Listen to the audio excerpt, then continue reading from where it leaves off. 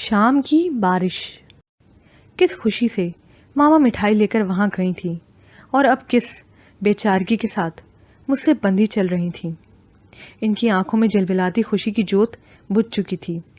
اگر کچھ تھا تو ایک بے بسی تھی جو شوہر کی اذیت بھری باتوں کی باز گشت بن کر ان کے وجود سے لپٹ گئی تھی۔ گھر آتے ہی میں نے ماما کو نیند کی دوا دے کر غیر فطری نیند سو جانے پر مجبور کر دیا۔ وہ ایسا سوئیں کہ شام ڈھلے بیدار ہوئیں۔ کھانا کھا کر ہم ابھی فارغ ہوئے تھے کہ سمینہ خالہ اعتزاز بھائی کے ہمراہ گھر میں داخل ہوئیں۔ ماما کی حالت بہتر دیکھ کر انہوں نے جیسے سکھ کا سانس لیا تھا۔ ارے اعتزاز، تم کب آئے لندن سے؟ آج ہی آیا ہوں خالہ، کیسی ہیں آپ؟ وہ مسکرا کر آگے بڑھے اور ماما کے سامنے جھک گئے۔ ماما نے بے اختیار ان کی بلائیں لے ڈالیں۔ میں ٹھیک ہوں بیٹا، تم کیسے ہو؟ وہ ان کا ماتھا چوم رہی تھیں۔ اللہ کا احسان ہے۔ وہ انہیں بغور دیکھ رہے تھے۔ خالہ، آپ بہت کمزور ہو گئی ہیں، اپنا دھیان نہیں رکھتی ہو بیٹا، تم نے بہت دن بعد دیکھا ہے نا، شاید اسی لیے۔ انہوں نے نظریں چرا کر بات ادھوری رہنے دی، پھر پلٹ کر بولی، ارے مومنہ، کہاں ہو تم؟ دیکھو تو ذرا، اعتزاز آئے ہیں، ذرا اچھی سی چائے ہو جائے ہم سب کے لیے۔ میں نے آگے بڑھ کر سلام کی فارمیلٹی نبھائی۔ جواباً وہ گہری نظر ماما سے ہٹ کر میرا گھراؤ کرنے لگی۔ وعلیکم السلام، کیسی ہو مومنہ؟ اچھی ہوں۔ میری آواز دھیمی تھی۔ وہ مسکرا دیے۔ بہت اچھی کیوں نہیں؟ کیونکہ وہ آپ ہیں۔ میرے منہ سے بے ساختہ نکلا تو وہ زور سے ہنس پڑے۔ ویری اسمارٹ، پڑھتی ہو؟ ارے اب یہ مت پوچھنے بیٹھ جانا کہ کون سی کلاس میں۔ خالہ نے ہنس کر انہیں ٹوکا تھا۔ آج ہی مومنہ کا رزلٹ آیا ہے، ماشاءاللہ FSC میں فرسٹ پوزیشن لی ہے اس نے۔ ویری گڈ، آگے کیا ارادہ ہے تمہارا؟ انہوں نے ماں کی بات سن کر مجھ سے پوچھا تھا۔ پڑھنے ہی کا ہے، میری بیزاری نمایاں تھی۔ وہ پھر سے مسکرائے تھے۔ اچھی بات ہے، خوب پڑھو اور پڑھ لکھ کر روبینہ خالہ کی طرح بہت قابل بن جاؤ۔ میری طرح؟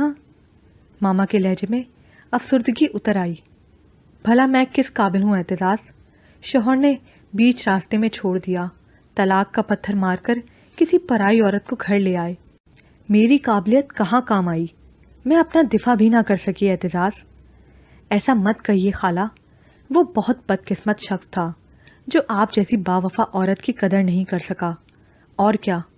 سمینہ خالہ نے بھی ماما کو جیسے دلاسا دینے کی کوشش کی تھی۔ ہیرے کو پرکھنے کے لیے جوہر شناس ہونا پڑتا ہے۔ روبینہ، پتھروں پر جان دینے والے ہیرے کی قدر و قیمت کیا جانے۔ تم کیوں اس شخص کا ذکر کر کے اذیت اٹھاتی رہتی ہو؟ آپ سب مجھے الزامات مت دیجیے۔ ماما نے جیسے ایک بے چارگی سے اپنے ہاتھ مسلے۔ یہ باتیں میرے اختیار میں نہیں ہیں۔ سچ تو یہ ہے کہ مجھے اس آدمی پر ترس آتا ہے جس نے 6 سال تک مجھ سے ہی نہیں اس تعفن سے بھی سمجھوتا کیے رکھا جو میرے بدن سے اٹھتا ہے۔ اعتزاز، کیا تمہیں مجھ سے بو نہیں آتی؟ بو؟ وہ چونک کر ماما کی صورت تکنے لگے۔ کیسی بو خالہ؟ میں کچھ سمجھا نہیں۔ چھوڑو نا اعتزاز، فضول باتوں کو دہرانے سے تکلیف بڑھ جاتی ہے۔ سمینہ خالہ نے گھبرا کر بات کا رخ بدلنے کی کوشش کی تو وہ کچھ اور بھی الجھ گئے۔ میری جانب پلٹ کر بولے، مومنہ، یہ کیا قصہ ہے؟ خالہ کیا کہہ رہی ہیں؟ کوئی قصہ نہیں ہے، خالہ نے مجھے بولنے نہ دیا۔ تم روبینہ سے ملنے کو بےتاب تھے، اب کچھ کہتے کیوں نہیں ہو اعتزاز؟ کیا کہوں؟ وہ ماما کو دیکھنے لگے۔ کیا یہ بہتر نہیں کہ میں کچھ کہنے سننے کے بجائے خالہ کی پریشانی کو شیئر کر لوں؟ کیا شیئر کرو گے بیٹا؟ ماما کی آواز اشکوں سے بھیگی ہوئی تھی۔ سب کچھ ختم ہوئے ایک عرصہ ہو چکا ہے۔ اب تو میری بیٹی بھی جوان ہو گئی ہے، بس اسی کی فکر رہتی ہے مجھے۔ کوئی اچھا لڑکا ملے تو میں اس کی شادی کر دوں۔ شادی؟ ان کی تحریر آمیز نگاہ میرے وجود پر آ ٹھہری۔ خالہ، مومنہ کی شادی کرنا چاہتی ہیں، لیکن وہ ابھی بہت چھوٹی ہے، اسے فی الحال پڑھائی کرنے دیجیے، گریجویشن کر لے گی تو شادی کا سوچیے گا۔ نہیں اعتزاز، مومنہ کی شادی میری سب سے بڑی ذمہ داری ہے،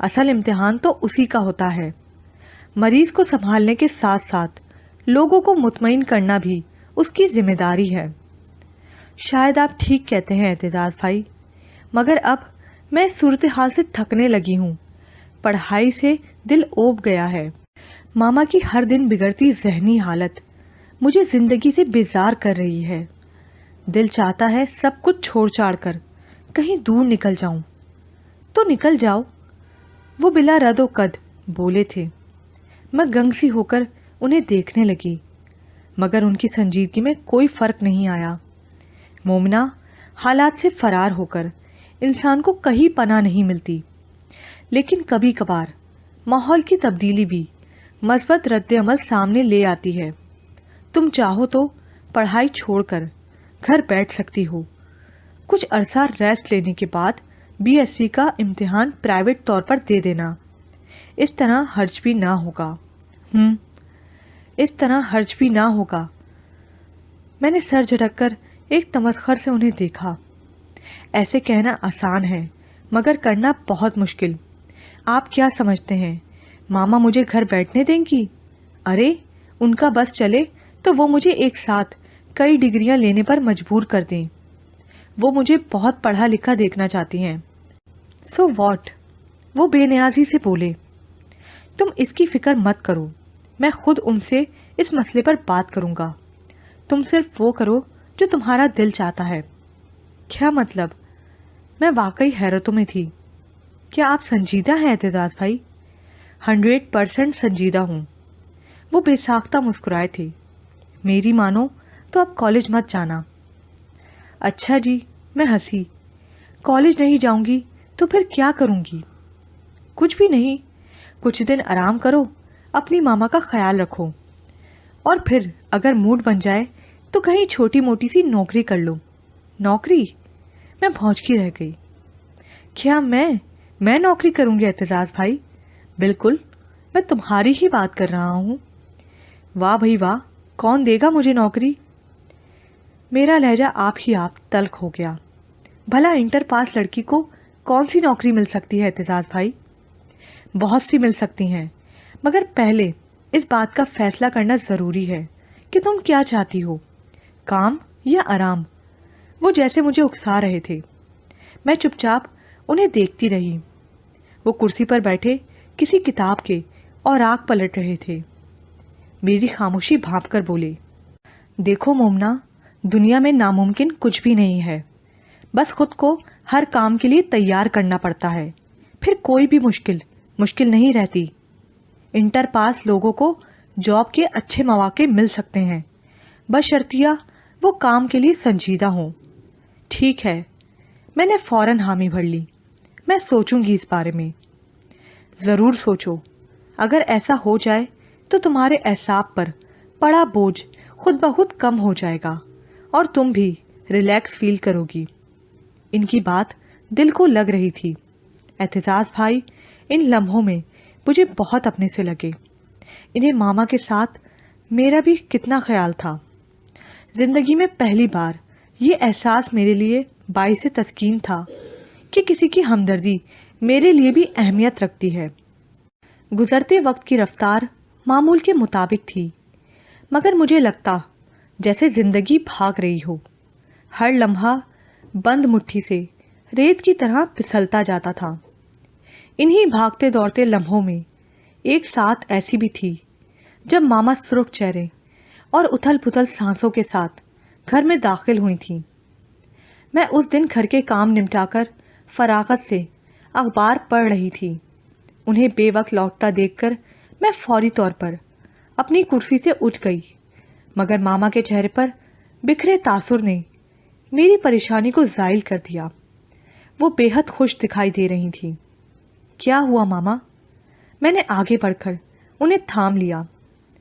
وہ ایک چمکیلی مسکراہٹ سے مجھے دیکھنے لگیں، پھر میرا چہرہ اپنے ہاتھوں کے پیالے میں لے کر بے حد خوش دلی سے بولی، مومنہ آج میں بہت خوش ہوں، اتنی خوش کہ تم سوچ بھی نہیں سکتی. اچھا؟ میرا دل بادل کے ٹکڑے کی طرح ہلکا سا ہو گیا. ایسی کون سی خوشی کی بات ہے ماما؟ مومنہ وہ رضی صاحب ہیں نا؟ ارے وہی جو ہمارے ایجوکیشنل ٹرسٹ کے چیئرمین ہیں، جن کے 4 بیٹے بھی ہیں، بے حد ایجوکیٹڈ اور مہذب سے۔ جانتی ہو مومنہ، ان کی شادیاں بھی رضی صاحب نے بہت اونچے خاندانوں میں کی ہیں۔ بڑا مثالی اور خوشحال گھرانہ ہے ان کا۔ تو میں نے حیرت سے ماما کے کھلتے چہرے کو دیکھا۔ اس مثالی گھرانے کی خوشحالی سے آپ کی خوشی کا کیا تعلق؟ ارے سنو تو، ماما نے میری بات یکسر انسنی کر ڈالی۔ ان کا سب سے چھوٹا بیٹا اب تک کنوارا ہے۔ آج رضی صاحب نے مجھ سے تمہارے رشتے کی بات کی ہے۔ جانتی ہو، میں نے فوری طور پر ہاں کہہ دی۔ ہاں کر دی؟ میں شددت رہ گئی۔ ماما کی بات میرے لیے بے حد غیر متوقع تھی۔ ہاں، ماما نے بڑے ہجانی انداز میں میرا بازو کھینچا اور بہت جذب سے بولی، تم بہت خوش نصیب ہو مومنہ، جو تمہارے لیے ایسے اچھے لڑکے کا رشتہ آیا ہے۔ رضی صاحب کے سامنے ہماری پوزیشن کچھ بھی نہیں ہے، مگر پھر بھی انہوں نے اپنے چھوٹے بیٹے ہارون کے لیے تمہارا رشتہ مانگا ہے۔ مجھ سے تو انکار نہ ہو سکا۔ میں نے جھٹ سے ہاں کہہ دی۔ تم بولو بیٹا، میں نے ٹھیک کیا نا؟ لیکن ماما وہ لڑکا تو… میری آواز اپنے آپ ہی گھٹ رہی تھی۔ ماما چونک کر میری صورت تکنے لگی۔ کیوں؟ کیا ہوا اس لڑکے کو؟ اعلیٰ تعلیم یافتہ ہے، ایک نامی گرامی ادارے میں ایم ڈی کے فرائض انجام دے رہا ہے، شکل و صورت بھی خاصی معقول ہے، خوش اخلاق اور ملنسار۔ پھر تمہیں کیا اعتراض ہے اس لڑکے پر؟ مجھے اعتراض نہیں ہے ماما، دراصل وہ لڑکا… مجھ سے اس بار بھی کچھ نہ کہا گیا۔ ایسی کیا بات ہے مومنہ؟ کیا لڑکے کے کردار میں کچھ خرابی ہے؟ وہ کچھ اور ہی سمجھی تھی۔ نہیں ماما، یہ بات نہیں ہے۔ میں ان کی گرفت سے نکل کر بیڈ پر آ بیٹھی۔ دراصل وہ معذور ہے ماما، اس کا ایک پاؤں پیدائشی طور پر ٹیڑھا ہے۔ رضی صاحب نے جان بوجھ کر آپ سے… تو کیا ہوا؟ ماما نے ناگواری سے میری بات کاٹ ڈالی۔ یہ سب قدرت کے کام ہیں، اب کوئی خود میں آپ ہی نقص تو ڈالنے سے رہا۔ تم اس کمی کو رہنے دو، ویسے تو ہر لحاظ سے اچھا ہے نا۔ ایسا خاندان ملنا بہت مشکل ہے مومنہ۔ ایک ذرا سا نقص کو آڑ بنا کر انکار مت کرو۔ وہ جیسے مجھے سمجھا رہی تھی۔ میں نے پلکیں جھپک کر اپنے امٹتے اشکوں کو روکا تھا۔ لیکن ماما، میں ابھی شادی کرنا نہیں چاہتی۔ کیوں؟ کیا بوڑھی ہو کر شادی کرو گی؟ ان کا انداز خاصا ناسہانا تھا۔ تمہیں کیا ہو گیا ہے مومنہ؟ کوئی بچہ نہیں ہو جو بات سمجھ نہ سکو؟ جانتی ہو نا، میں خود بھی تمہاری جلد شادی کی خواہش مند ہوں۔ تمہارے سر پر کون سا باپ کا سایہ ہے جو اپنی آدھی فکریں اس پر چھوڑ دوں؟ دیکھو بیٹا، میں ایک بیمار عورت ہوں۔ لوگ کہتے ہیں مجھے وہم کی بیماری ہے، ہر وقت چھوت چھات میں مبتلا رہتی ہوں۔ ایک ناگوار سی بو میرا پیچھا کرتی ہے، ڈرتی ہوں وہ بو تمہارے وجود سے نہ لپٹ جائے۔ اگر ایسا ہو گیا تو تمہاری شادی نہیں ہوگی۔ خدا کے واسطے مومنہ، انکار مت کرنا، ورنہ میں جیتے جی مر جاؤں گی۔ دیکھو بیٹا، اپنی ماں کو دکھ مت دینا، پلیز مومنہ۔ ماما یکدم میرے سامنے آ کر جھک گئیں۔ انہوں نے بے اختیار میرے قدم چھونا چاہے تو میں نے کسی کرنٹ کھائے وجود کی طرح پیچھے کو گری تھی۔ خدا کے لیے ماما، یہ آپ کیا کر رہی ہیں؟ کیوں مجھے گناہگار بنا رہی ہیں؟ میں فریاد کر رہی ہوں تم سے، میں درخواست کرتی ہوں بیٹا کہ انکار مت کرنا۔ تمہاری شادی میری زندگی کی سب سے بڑی آرزو ہے۔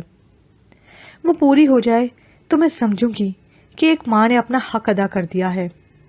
دیکھو مومنہ، میں ہاتھ جوڑتی ہوں، اللہ کے واسطے میرے سفید بالوں کی لاج رکھ لو، انکار نہ کرو مومنہ۔ رضی صاحب کے گھرانے سے بہتر گھر تمہیں پھر بھی نہیں ملے گا، پلیز بات مان لو، ورنہ اس گھر میں رہ کر ایک دن تم بھی پاگل ہو جاؤ گی۔ لوگ میری طرح تمہیں بھی زج کرنے کی کوشش کریں گے۔ ایسا مت کرو مومنہ، ایسا مت ہونے دو۔ انہوں نے روتے ہوئے سچ مچ میرے سامنے اپنے دونوں ہاتھ جوڑ دیے۔ میں گھٹنوں کے بل زمین پر جھک گئی۔